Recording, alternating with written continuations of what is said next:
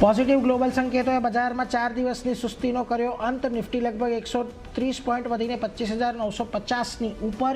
Bank નિફ્ટીએ પણ મજબૂતી દર્શાવી. મિડ કેપ અને સ્મોલ કેપ શેર્સમાં પણ આજે જોવા મળી તેજી. બંને ઇન્ડેક્સ 0.5% થી 1% વધ્યા.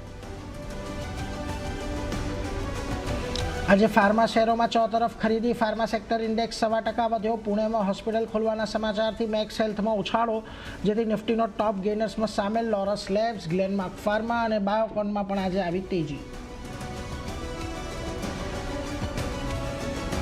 સાથે જ રિયલ્ટી અને ડિફેન્સમાં સૌથી વધુ તેજી. બંને ઇન્ડેક્સ લગભગ 1% વધ્યા. ઓટો, એનબીએફસી અને ઓઇલ અને ગેસ શેરોમાં પણ જોશ. અમુક વાયર અને કેબલ શેરોમાં પણ આવી તેજી, જેમાં પોલીકેબ અને કેઈઆઈ ફ્યુચર્સના ટોપ ગેનરમાં સામેલ.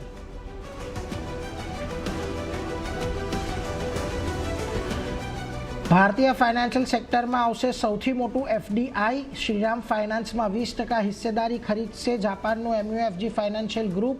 આશરે $4.5 બિલિયન થઈ શકે છે ડીલ. આજે કંપનીની બોર્ડ બેઠકમાં ફંડ એકત્ર કરવા પર વિચાર. બપોરે 12 વાગે થશે પ્રેસ કોન્ફરન્સ. હાલ સ્ટોકમાં ઘટાડા સાથે કારોબાર. 31 ડિસેમ્બરથી વાયદામાં આવશે નવા 4 shares. Bajaj holding, premium energy, Swiggy અને વારી એનર્જીસનો થશે સમાવેશ.